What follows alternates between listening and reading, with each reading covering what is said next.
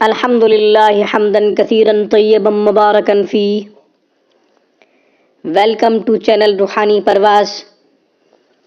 روحانی پرواز میں ایک نئے وظیفے کے ساتھ آج ہم آپ کو ایک دفعہ پھر سے خوش آمدید کہتے ہیں۔ آج کا خاص قرآنی عمل، آج کا خاص قرآنی پاورفل وظیفہ، حاجت کا وظیفہ، ناممکن کام کو آسان بنانے کے لیے جب ظاہری تدبیریں ناکام ہو چکی ہوں، تمام تر اسباب اختیار کرنے کے باوجود کام ہونے کی کوئی صورت نظر نہ آ رہی ہو، تو ہمارا یہ وظیفہ کیجئے، انشاءاللہ غیبی مدد سے آپ کا کام ہوگا۔ کام اس طرح ہوگا کہ لوگ حیران رہ جائیں گے، دنیا دنگ رہ جائے گی کہ ناممکن کام آسان کیسے ہو گیا، ممکن کیسے ہو گیا، اور یہ بگڑا ہوا کام کیسے سلجھ گیا، الجھا ہوا کام کیسے سلجھ گیا۔ اس سے پہلے کہ میں انتہائی مختصر قرآنی عمل اور اس کا طریقہ آپ کی خدمت میں پیش کروں، میرے چینل روحانی پرواز کو ویڈیو کے نیچے ریڈ بٹن پہ کلک کرتے ہوئے سبسکرائب کیجئے تاکہ میری ہر ویڈیو کی اپڈیٹ سب سے پہلے آپ کو ملا کرے اور میری تمام اسلامی روحانی ویڈیوز سے آپ فائدہ اٹھایا کریں۔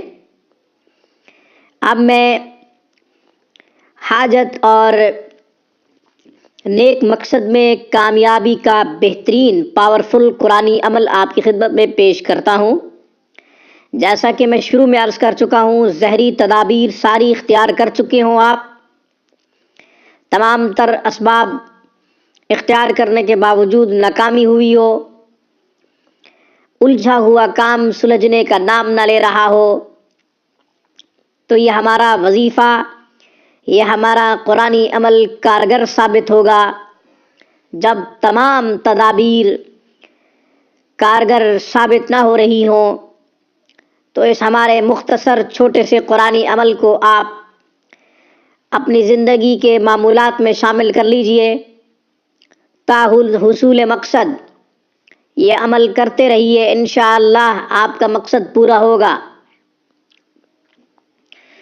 آیت نمبر 40 سورۃ حج، پارہ نمبر 17۔ سورۃ حج کی آیت نمبر 40 کا آخری حصہ، بالکل جہاں آیت مبارکہ ختم ہو رہی ہے، اینڈ ہو رہی ہے، وہاں سے آپ نے صرف تہجد کی نماز کے بعد 101 مرتبہ اتنا پڑھنا ہے، ان اللہ لقوی عزیز، ان اللہ لقوی عزیز، ان اللہ لقوی عزیز۔ اللہ تعالیٰ کے 3 اسماء مبارکہ اس میں موجود ہیں، ایک تو یا قوی، دوسرا یا عزیز۔ 2 صفاتی ناموں کے علاوہ بنیادی طور پہ اس میں ذات بھی موجود ہے، اس میں اعظم بھی موجود ہے، وہ ہے اللہ، ان اللہ لقوی عزیز، ان اللہ لقوی عزیز۔ امام اعظم ابو حنیفہ رحمہ اللہ تعالی فرماتے ہیں کہ لفظ اللہ اسم اعظم ہے، بشرط یہ کہ دل میں کوئی غیر نہ ہو، اللہ کے علاوہ کسی اور سے نہ مانگا جائے، اللہ کے علاوہ کسی اور سے سوال نہ کیا جائے، تو فرمایا اسم اعظم صرف اور صرف اللہ ہے، اللہ کا ذاتی نام اللہ۔ اس میں بڑی حرارت ہے، اور اس وظیفے کو میں نے جوڑا ہے تہجد کے ساتھ۔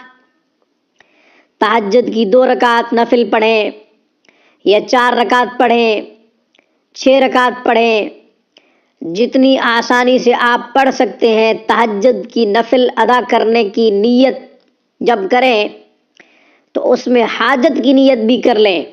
اللہ والے ایک ایک کام کے ساتھ 40 نیتیں کر لیا کرتے تھے۔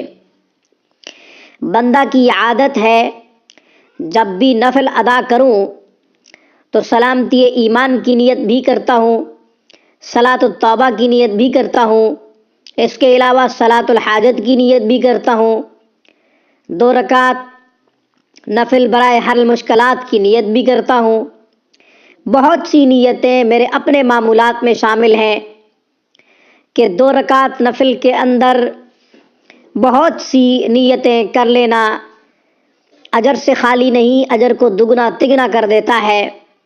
واللہ یضاعف لمن یشاء واللہ واسع علیم، اللہ جس کے لیے چاہتا ہے بڑھا دیتا ہے، اضافہ کر دیتا ہے، اجر کو دگنا تگنا کر دیتا ہے، وہ تو بڑی وسعت والا جاننے والا ہے۔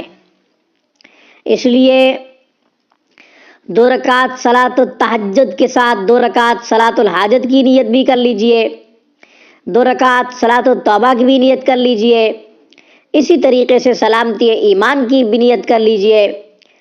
گناہوں کی دلدل اور انسان اس وقت گناہوں کی آگ میں گرنے سے بچ جاتا ہے، کیونکہ ہر طرف سے آگ لگی ہوئی ہے، فتنوں کی بارش ہو رہی ہے۔